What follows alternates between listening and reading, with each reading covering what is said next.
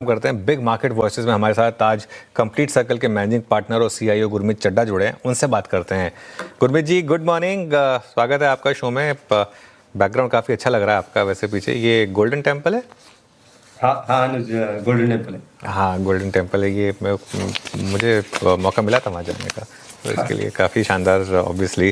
गुरमीत जी, इस समय मार्केट में भी एक शानदार तेज़ी, ऑल टाइम हाई के हम काफ़ी करीब टीज कर रहा है मार्केट ऑल टाइम हाई के साथ। लग रहा है कि बस अब मैटर ऑफ टाइम।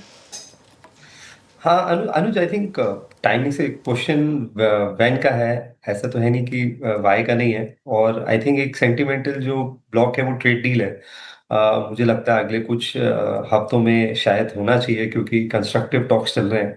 बट उसके उससे अच्छा अनुज, जो स्ट्रक्चरल है, क्योंकि ट्रेड डील सेंटिमेंटल इंडिकेटर है, स्ट्रक्चरल अर्निंग्स है। अभी तक जो अर्निंग्स सीजन शुरुआत हुआ है, मुझे लगता है अच्छा हुआ है। आईटी सेक्टर में कोई ऐसा मेजर डिसअपॉइंटमेंट नहीं हुआ। इनफैक्ट कुछ एक अच्छी आईटी कंपनीज ने बहुत अच्छे नतीजे दिए हैं।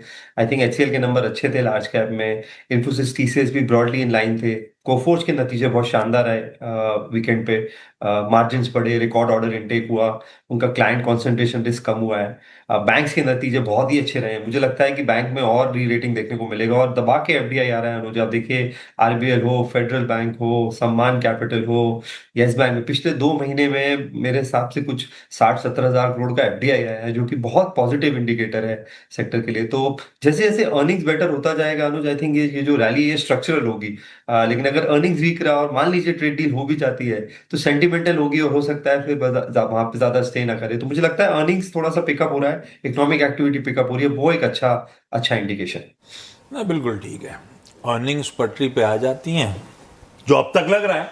अब तक रिजल्ट सीजन बुरा नहीं रहा है, इसीलिए थोड़ा सा कन्विक्शन बढ़ता हुआ। पर हाँ, ट्रेड डील इंपॉर्टेंट है, क्योंकि कई सारे लेबर इंटेंसिव पॉकेट जो है ना, वो काफ़ी हद तक निर्भर है ट्रेड डील पे। खैर, एनीबडीज गेस कब हो रहा होगा, लेकिन लग रहा है कि कंस्ट्रक्टिव टॉक्स चल रही हैं। दो इंपॉर्टेंट स्पेसेस को गुरमीत आपने अपफ्रंट मेंशन करा, बैंक्स और आईटी। दोनों बहुत इंपॉर्टेंट पिलर्स। अच्छा, बैंक्स के वाकई नंबर्स अच्छे थे, लेकिन हाईलाइट है वो जिस तरह का वो फॉरेन इंटरेस्ट स्पेस पे बनता ही चले जा रहा है। 4 बैंक्स, 2 एनबीएफसी, कुल मिला के 6 डील, 60-70 बिलियन डॉलर्स के आसपास के इन्फ्लोज आते हुए सब बढ़िया चल रहा है। ये हो क्या रहा है? ये हमारे बाजार की अट्रैक्टिवनेस है, या लग रहा है रेगुलेटर का नजरिया बदल रहा है, इसीलिए इस तरह के इन्फ्लोज आ रहे हैं? और इन इन्फ्लोज को देखते हुए ऐसा लग रहा है कि mid caps banking space go to pocket बन गई है? अगर हाँ, तो फिर आपको क्या पसंद आ रहा है उस स्पेस में? तो आशीष, दोनों है। आई थिंक रेगुलेटर का नजरिया बिल्कुल चेंज हुआ। आई थिंक एक की ट्रेडर आरबीआई की अप्रोच चेंज हुई है जो पिछले कुछ महीनों में। आप देखिए, पिछली पॉलिसी क्रेडिट पॉलिसी ज्यादा थी। कॉर्पोरेट लोन में कैप हटाया उन्होंने 10,000 करोड़ का, उसके ऊपर आपको प्रोविजन करना पड़ता था। करीबन 22 उन्होंने प्रोविजंस किए, जहां पे जो है क्रेडिट ऑफटेक और क्रेडिट फ्लो पे फोकस किया है। एक्विजिशन फाइनेंस बैंक्स को अलाउ किया है, जो कि मेरे हिसाब से बहुत बड़ा गेम चेंजर है। तो पिछले 5 सालों में हमने देखा, रिटेल लोन पे सब बात करते थे, हाई यील्ड लोन पे, लैब पे, लैस पे, होम लोन पे ज्यादा चर्चा होती थी। कॉर्पोरेट लोन बुक सबने अपनी मॉडरेट करी थी। आई थिंक ये चेंज होने वाला है। कॉर्पोरेट बैलेंस शीट भी डिलेवरेज है, बैंक बैलेंस शीट भी इस टाइम बहुत स्ट्रांग है। और एक स्मॉल मिड मिड बैंक से वैल्यूएशन कंफर्ट है। देखिए, आप आरबीएल बैंक देखिए, अगर आप इन्फ्यूजन के बाद देखेंगे तो 40,000 करोड़ का नेटवर्थ हो गया है। फेडरल बैंक भी 1.3 1.4 के बुक वैल्यू पे है। यस बैंक में भी हमने देखा था कि काफी रिस्ट्रक्चरिंग हुई जब जब वो एपिसोड हुआ। तो वैल्यूएशन कंफर्ट है। आरबीआई का नजरिया, मुझे लगता है और रिफॉर्म्स देखने को मिलेंगे। मैं सरप्राइज नहीं होऊंगा कि कुछ कॉर्पोरेट साइड पे जो कैप है 10% की, 5% ऑटोमेटिक रूट से और 9.9 जो है आरबीआई के अप्रूवल से है, उसको भी रीलुक करेगी आरबीआई सिलेक्टिवली, अच्छे वेल गवर्नड कॉर्पोरेट्स को लेके। तो मुझे लगता है ये बैंकिंग रिफॉर्म्स 2.0 लोड हो रहा है। और कहीं ना कहीं ये जो सीरियस लॉन्ग टर्म इन्वेस्टर्स हैं, जिसे हम एफडीआई बोलते हैं, वो इसमें इंटरेस्टेड हो रहे हैं। और क्रेडिट ग्रोथ पिकअप होगा। आप देखिए, जैसे जैसे इकोनॉमिक एक्टिविटी बढ़ेगी, मुझे लगता है अगले साल का क्रेडिट ग्रोथ नंबर काफी पॉजिटिव तरीके से सरप्राइज करेगा। ओके, चलिए, तो ये बात होगी कुछ इंडिविजुअल स्टॉक्स और सेक्टर्स की। गुरमीत, इस समय अगर आपको फ्रेश कैपिटल डालना हो और आपका 2 से 3 साल का व्यू हो, तो कुछ स्टॉक्स जो आपको इस समय अट्रैक्टिव लग रहे हैं, या तो रिलेटिव स्ट्रेंथ के हिसाब से, अर्निंग्स के हिसाब से, वो क्या होंगे?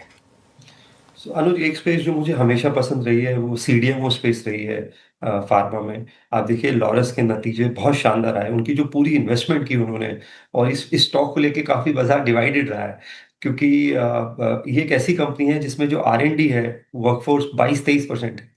5,000 एम्प्लॉइज़ में लगभग 1200-1400 जो है साइंटिस्ट हैं R&D में, जो कि मेरे हिसाब से हाईएस्ट है। और जिन्होंने इन्वेस्टमेंट करी थी, अब पे ऑफ होना शुरू हुई है। अब CDMO मिक्स देखिए, बहुत बेहतर होता जा रहा है, शानदार ग्रोथ है।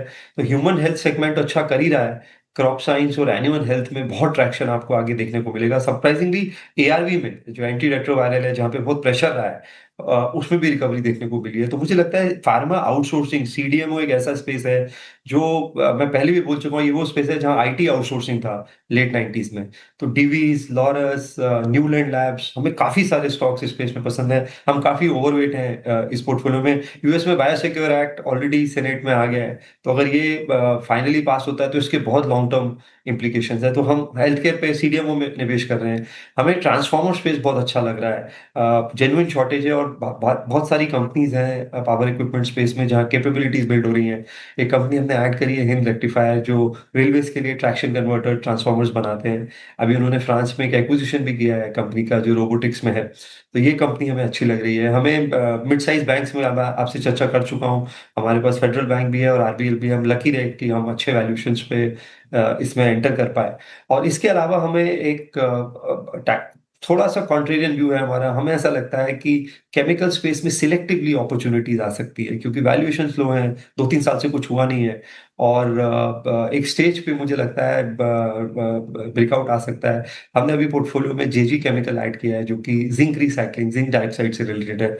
ऑलमोस्ट ऑलमोस्ट मोनोपोली तो नहीं कहूंगा, बहुत डोमिनेंट प्ले है, डेट फ्री बैलेंस शीट है, नंबर्स अच्छे हो रहे हैं। तो ये कुछ स्टॉक्स हम पोर्टफोलियो में ऐड कर रहे हैं अनुज। और थोड़ा सा मैं कहूंगा लॉन्ग डेटेड बॉन्ड्स में, हमेशा बोलता आया हूं सबको, थोड़ा सा लॉन्ग डेटेड बॉन्ड्स ऐड करिए, क्योंकि ब्याज दर और कम होने वाला है भारत में भी, और यील्ड्स गिरेंगी। तो आपको 10 ईयर गवर्नमेंट बॉन्ड भी डबल डिजिट रिटर्न दे सकता है, तो थोड़ा सा उससे बैलेंस आ जाएगा आपके एसेट एलोकेशन।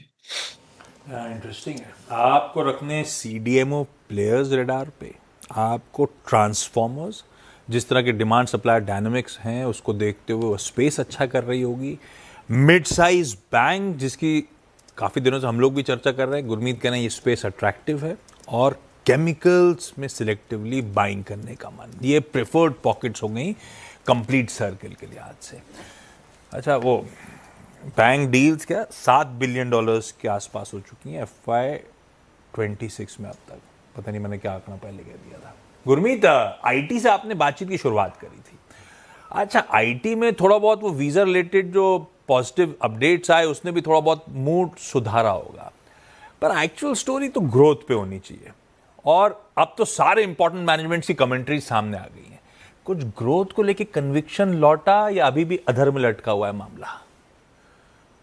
आशीष, एक्चुअली जहाँ पे ग्रोथ है वहाँ वैल्यूएशन कंफर्ट नहीं है। देखिए कोफोर्ज के नतीजे शानदार हैं, वो 40 टाइम्स पे ट्रेड कर रहा है अर्निंग्स पे। ठीक है, 5-6% quarter on quarter growth I CC terms पे, जो कि कमेंडेबल है इस एनवायरनमेंट में। दूसरा, जैसे मैंने बोला, उनका मिक्स चेंज हुआ है। टॉप 5 क्लाइंट्स 15-16% रह गए हैं, एक जमाने में 30-32% थे, आज से 5-6 साल पहले। बट वैल्यूएशन कंफर्ट नहीं है, परसिस्टेंट बहुत अच्छा कर रहा है। जो मिड कैप IT है, मुझे लगता है इनकी ability to pivot to AI services ज्यादा अच्छी है, बट वैल्यूएशन कंफर्ट नहीं है।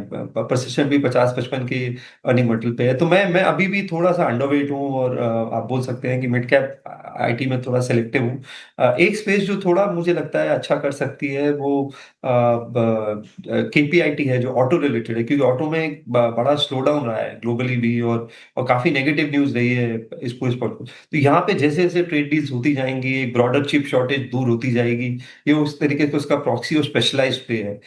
इमीडिएटली शायद कुछ ना हो सकता है, ये क्वार्टर थोड़ा वीक भी हो, बट मीडियम टर्म में रिस्क रिवॉर्ड बहुत अच्छा है। और कंपनी बड़ी IP ड्रिवन है, हाई मार्जिन है, बहुत अच्छे प्रोडक्ट्स हैं इनके पोर्टफोलियो में। और जो भी IP product software driven companies हैं, लार्ज कैप में भी आप देखिए HCL का जो मिक्स है, वो सर्विसेज से थोड़ा सा चेंज हुआ है। उनका जो सॉफ्टवेयर बिजनेस है 25% मार्जिन का हो गया है, जिन्होंने एक्वायर किया था कुछ साल पहले। तो जहां भी IP product software related pivot हो रहा है, मिक्स बेटर हो रहा है, वहां पे आपको मौके बनेंगे, बट थोड़ा स्लो ट्रांजिशन होगा। ओके। ये NBFC स्पेस में कोई प्रेफर्ड पिक है कि आपका? श्रीराम फाइनेंस है जैसे, फॉर एग्जांपल, यहाँ पर भी चर्चा हो रही है शायद स्टेक सेल की। ऐसे कोई स्टॉक जो आपको पसंद हो? अनुज, हमारे 2-3 पुराने फेवरेट हैं, चोला और बजाज, हम उसमें निवेशक हैं। मुथूट में हमने पोजीशन बढ़ाई थी जब गोल्ड में तेजी आई थी, और ऑफटेक हमें लगा फेस्टिव सीजन में और बढ़ेगा। क्रेडिट कॉस्ट ऑटोमेटिकली कम हो जाता है जब गोल्ड प्राइसेस ऊपर जाते हैं। इसके अलावा कुछ 2-3 छोटी एनबीएफसीज हैं जिनको हम रिव्यू कर रहे हैं। हमें यूग्रो कैपिटल अच्छा लगता है, बहुत कम वैल्यूएशन पे है, को लेंडिंग में one of the best players हैं, क्वार्टर बाय क्वार्टर नतीजे अच्छे आ रहे हैं। और हमें पूना वाला फिनकॉर्प भी अच्छा लगता है। तो ओवरऑल जैसा मैंने बोला, मैं mid size banks, gold based NBFCs, capital market पे बैंक्स को लेके हम काफी ओवरवेट हैं, और हमें लगता है कि नियर टर्म में यहाँ पे अर्निंग सपोर्ट भी है। ठीक है, तो जो पुराने प्रिफर्ड एनबीएफसीज थे उन्हीं के साथ जाएंगे। लकी रहे किसी फेडरल बैंक, आरबीएल बैंक पे दाव लगाया और दोनों में विदेशी पैसा आ गया। ये विदेशी पैसे के एंटिसिपेशन में लगाया था या फंडामेंटल पसंद आ रहे थे उन दोनों मिड कैप बैंक्स के? दोनों दोनों था आशीष। अगर आप फेडरल बैंक देखिए तो जब से मिस्टर मनियन ने चार्ज लिया है, क्वार्टर ऑन क्वार्टर आपको थोड़ा सा इंप्रूवमेंट देखने को मिला है। उनका कासा मिक्स बेटर हुआ है। अगर आप उनका देखिए 31-32% हो गया है। केरला बेस्ड बैंक से आप पैन इंडिया प्रेजेंस बना रहे हैं। आप अगर उनका मिक्स देखेंगे रिटेल और कॉर्पोरेट लोन का, वो बहुत बहुत बेहतर हुआ है। हाई यील्डिंग लोन्स पे इंटरेस्ट रहा है, क्रेडिट कॉस्ट कंट्रोल में है। और काफी समय से न्यूज थी कि जुलाई ऑनवर्ड्स के एमिरेट्स एनबीडी इंटरेस्टेड है, हालांकि उसमें डिनायल चलता रहा, काफी चलता रहा। तो और जैसा मैंने बोला, 180-90 रुपए में लगभग 1.1 बुक वैल्यू पे था फेडरल बैंक। जबकि साल भर कुछ किया नहीं है, तो हम फेडरल बैंक में अभी नहीं एंटर हुए हैं। टाइम हो गया आपको 2 क्वार्टर, बट इवेंचुअली थोड़ा सा पेशेंस मुझे लगता है अभी। अभी और मुझे लगता है लेग्स हैं। अगर एक इंक्रीमेंटली अगर आपको अर्निंग के कोर ऑपरेटिंग परफॉर्मेंस में भी इंप्रूवमेंट दिखेगा, तो मुझे लगता है और कैचअप हो सकता है। तब वो पेशेंस को टेस्ट कर रहा था, लेकिन उस समय कंप्लीट सर्किल ने पैसा डाला। आखिरी सवाल मेरी तरफ से, एफएमसीजी, और उसमें भी क्योंकि पहले नेस्ले आया तो ऐसा लगा नहीं ना, हम लोग गलत पढ़ रहे हैं, स्ट्रीट गलत पढ़ रही, कंपनीज बेहतर डिलीवर करेंगी। पर उसके बाद एचयूएल कोलगेट ने मामला गड़बड़ा दिया। एचयूएल वो करेक्ट हुआ था, उसके बाद आज भी बाजार अच्छा है, तो एचयूएल कुछ करके नहीं दे रहा है। वॉल्यूम्स नदारत थे, मार्जिन्स पे इंपैक्ट हुआ, और मैनेजमेंट कह रहा है कि हम तो वॉल्यूम्स पे ही फोकस करने वाले हैं आगे। पता नहीं, स्ट्रीट उससे बहुत ज्यादा उत्साहित हुआ नहीं है। आपका व्यू एचयूएल के नंबर्स पे, एचयूएल को देखते हुए अब आप कंप्लीट सर्किल पैसा डाल रहा है, नहीं डाल रहा है इस स्पेस में? नहीं, मेरा आशीष मानना है कि कहीं ना कहीं ये बड़े एफएमसीजी एमएनसी प्लेयर्स एक गलती कर रहे हैं। मार्जिन को लेके बहुत ज्यादा ऑब्सेस्ड हैं, और इनोवेशन उतना हुआ नहीं है। और डी टू सी ब्रांड्स जो हैं, यहाँ से बहुत कंपटीशन हो रहा है होमग्रोन ब्रांड से। देखिए, एक जमाने में हम फिलिप कॉटल पढ़ते थे, वो 4P थ्योरी थी, प्रोडक्ट, प्राइस, प्लेस, प्रमोशन।